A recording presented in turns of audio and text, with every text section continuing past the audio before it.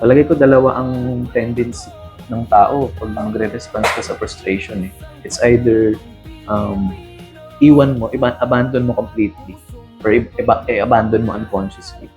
At yung isang paraan pa, ang palagay ko mas magandang bagay, subukan mo ulit. Nandun ako. 19 years old, nagtatrabaho ka na. Ano ang bumukas sa iyo noong nagsimula kang magtrabaho, magturo? Ano ang nakita mo?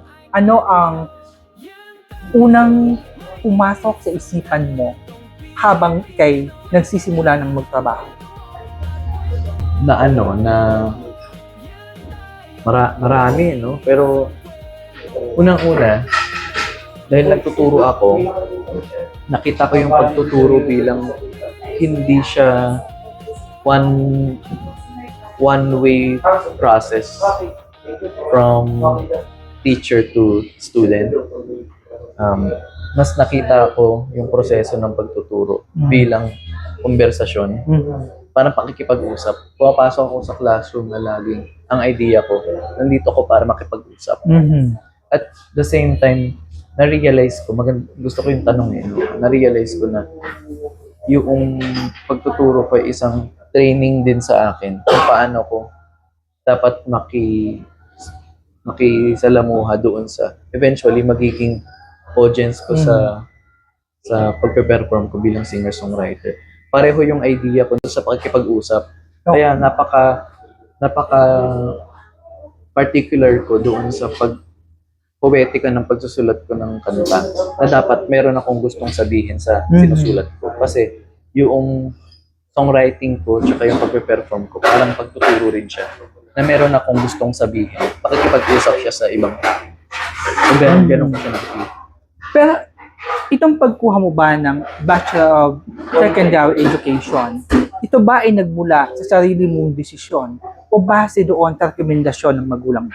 Actually, recommendation siya. Okay. Kasi ang gusto ko talaga noon, gusto ko music or literature or creative writing agad, diretso. Nung sinabi ko yun sa papa ko, sabi ng papa ko, anong gagawin mo pagkatapos mong, halimbawa, let's say, mag-take ka ng literature or creative writing, ano ang gagawin mo pagkatapos mo? Ano ang trabaho mo? Malamang magtuturo ka. So sabi niya, what if dumirekta ka na sa pagtuturo? Kasi after mong mag-literature at gusto mo magturo, kailangan mo pa mag-take ng supplemental na subject, so 18 units. So, ganun ka advance yung isip ng practicalidad ng tatay ko. So sabi niya, ang gawin mo na lang ganito, magkaroon tayo ng parang covenant ba? Parang kasunduan. Tapusin mo muna yung literature, o dumirekta ka na ng Education course. Tapos after mo sa education, kunin mo yung gusto ng talagang gusto mong course or program. So yun yung ginawa ko after kong makatapos nag-literature. Okay. Sa tingin mo ba yung naging recommendation ng parents mo tama para sa'yo? Tama siya. Okay, Romel, kabila ng lahat ng pagiging pagkakaroon mo ng magandang profesyon, anong naging dahilan bakit kumuha ka ng Master of Art in Creative Writing sa UP? Una, yun talaga yung gusto kong gawin. Gusto ko talaga magsulat. Hindi nga lang ako dati conscious nung panahon na ginugusto kong magsulat. Na yung palang training ko sa creative writing, pala siya, parang isang element lang siya nung magiging gusto ko talagang gawin, which is of course singer-songwriter. Na-realize ko na songwriter pala talaga ako. So, yung pagtitake ng creative writing ay parang pagbibigay sa akin ng tools. Formal tools siya na magagamit ko sa songwriting career ko. And eventually, marirealize ko na kaya pala ako meron akong ibang paraan ng pagtingin sa songwriting, tsaka iba yung mga napoproduce kong kanta. Mainly because nanggagaling ako sa creative writing na perspective. Mas literary ba yung manunulat din ako na sumusulat ng kanta. So, informed yung mga sinusulat ko ng kanta ng creative writing ko. So, yun siya. Parang hindi ko siya naisip dati, pero ngayon nagme-make sense na siya na kaya pala ako nag-aaral dati ng music. Kaya pala mahilig ako sa music. mahilig akong kumanta. Tapos hanggang sa nahilig din ako magsulat, nag-creative writing ako sa UP. Kasi parang ano pala yan, dalawang aspect ng songwriting na na bubuo sa akin. Yung pagsusulat ng lyrics tsaka pagsusulat ng music. Ano ang binago sa'yo nung pumasok ka ng University of the Philippines? Kasi 'di ba alam naman natin na ang UP ay kilala sa iba't ibang paghulma ng pagkatao at karakter ng mga tao. Especially kapag yung mga nakikita natin na iba't ibang posisyon sa lipunan, 'di ba? Ikaw bilang naging bahagi ng University of the Philippines, ano ang binago sa pagkatao mo? Pumasok kasi ako sa UP na na published author na rin ako. So, in a way, parang pagpapatuloy lang yun ang gusto ko talagang gawin.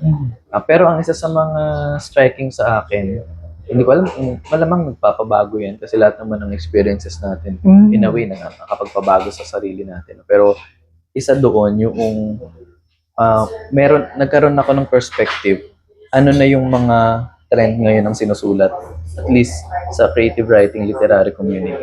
Ito na pala yung trend. No? Ano pa yung pwedeng isulat? Ano pa yung pwedeng tugtungan doon sa trend or doon sa stream ba ng literature? Ang isa sa mga nakita kong bagay na wala sa creative writing, malikhaing pagsulat. Kasi malikhaing pagsulat yung yung degree ko ngayon sa UP tsaka yung tinitake ko ngayon na PhD. Nakita ko wala pang gaanong pag-aaral tungkol sa songwriting, yung particular na genre ng songwriting bilang isang genre ng creative writing na pag inisip natin, yung songwriting ay half literary writing and half musical writing. So, composition siya at the same time, literary writing din siya. So, na-realize ko, ang gusto kong magbigay ng ng pagre-record tsaka ng pag-aaral dun sa UP na bigyan ng pagkakataon silipin ang creative writing side ng songwriting labas doon sa music conservatory. So yun yung palagi ko bagong nakita ko doon na parang wala pa gaanong gumagawa. Kumbaga hindi pa napapansin. Hindi pa napapansin. Ito, Romel. Ang isang Romel ba, sa kabila ng mga magagandang natatanggap mo or na natutupad sa mga plano mo sa buhay, dumanas ka rin ba na may mga nabigo kang pangarap? Bigong pangarap? Parang wala pa namang ganun. Siguro, mga little events, mga frustrations, or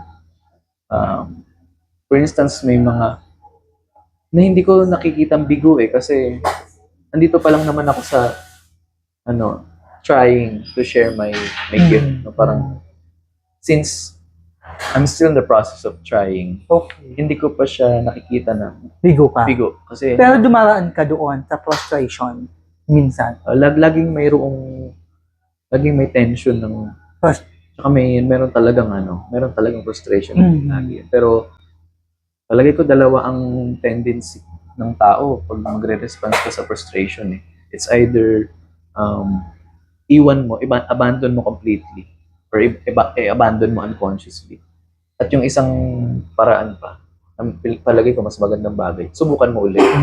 Nandun ako, parang ano ba yung mga actually wala akong maisip talagang masasabi ng frustration ko.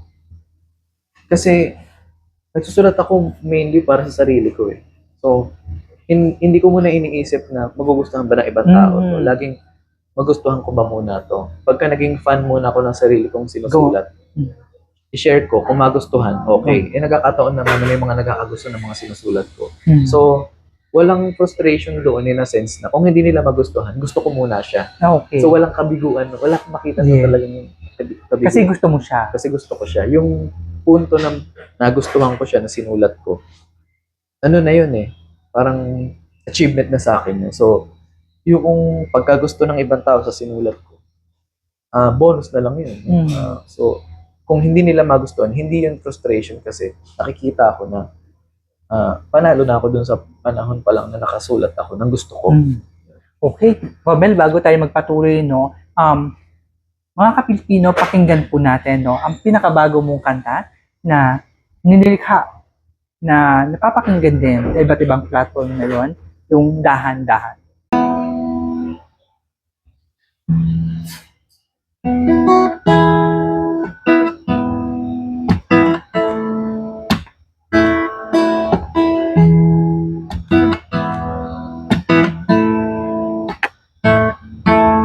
Dahan-dahan lang,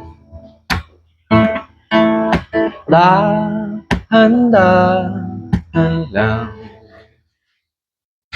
Di ko kailangan na magmadali. Walang hinahabol ng sandali. Kailangan lang dapat magsimula. Kikilos na kesa tumulala. Kahit dahan-dahan lang. Sa bawat pagtakbang, mararating ko rin inasam-sam kahit dahan-dahan lang. Ooh, ah, ah, ah.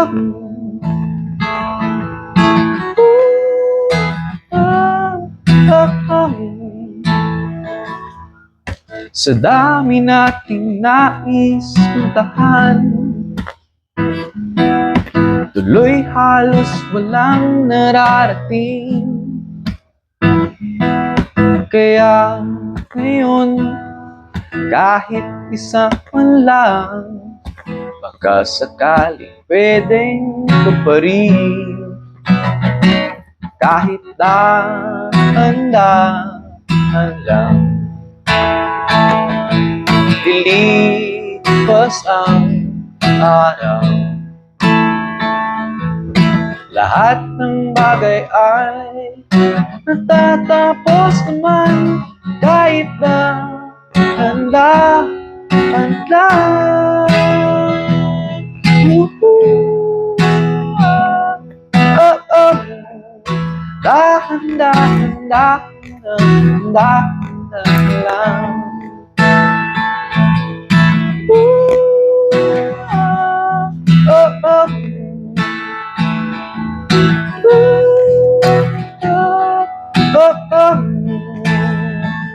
Kahit dahan-dahan lang. Sa bawat pagtakbahan, mararating ko rin inaasam-asam kahit dahan-dahan lang. Kahit dahan-dahan lang.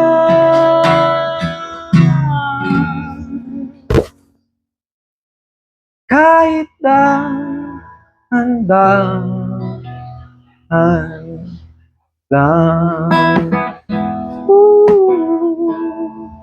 Dahan-dahan lang.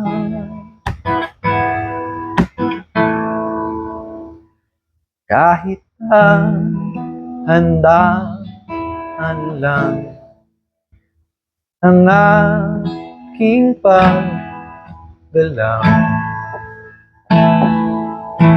Kung dulo naman nito, ika'y mahahagkan kahit dahan-dahan lang. Okay, Romel, gaano kahalaga sa iyo ang kantang Dahan-Dahan? Okay, Romel, maraming salamat sa pag-awit mo ng pinakabago mong kantang Dahan-Dahan.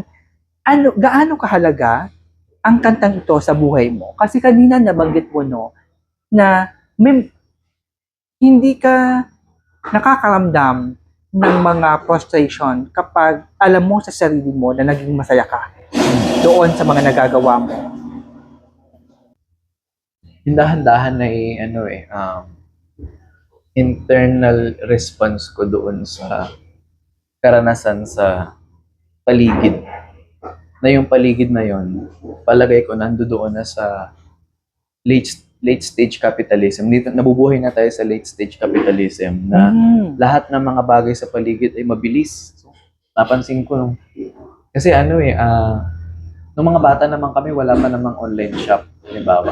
So, kailangan pagka bibili ka ng isang bagay, kailangan mo pumunta sa physical store.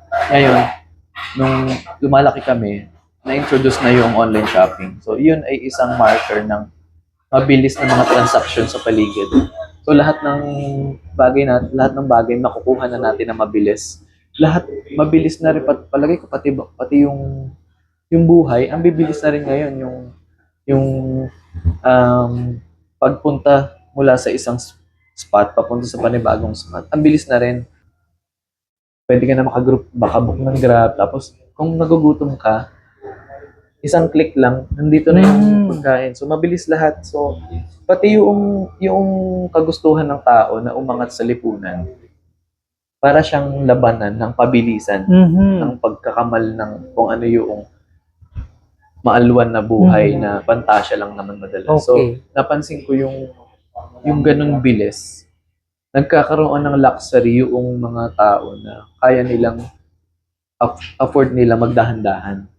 So yung sinulat ng dahan-dahan, parang sa simula, pag pinakinggan, at least ng ibang tao, parang simple ko lang siyang kinunsip. Pero para sa akin, paalala siya sa sarili ko na hindi mo kailangang madaliin ang lahat ng bagay. So, dahan-dahanin mo, kung talagang makakarating ka doon, mabagal man yan, makakarating ka. Okay. Kumbaga, dahan-dahan lang, no? Dahan-dahan. Ito, Romel, kasi di ba ang mga kabataan ngayon, naiiba na ang kanilang pananaw, no, sa buhay. Especially, sabi mo nga, no, ang bilis ng mga pagbabago sa mundo. Para sa'yo, na hanggang ngayon ay patuloy na humuhulma ng sarili sa pamamagitan ng edukasyon. Dahil ngayon nga, no, mga Kapilipino kasalukuyan, ay ikaw ay kumukuha na ng doctoral, no, sa creative writing. Ano ang maibabahagi mo sa mga kapwa nating Pilipinong kabataan kung bakit napakahalaga ng edukasyon para?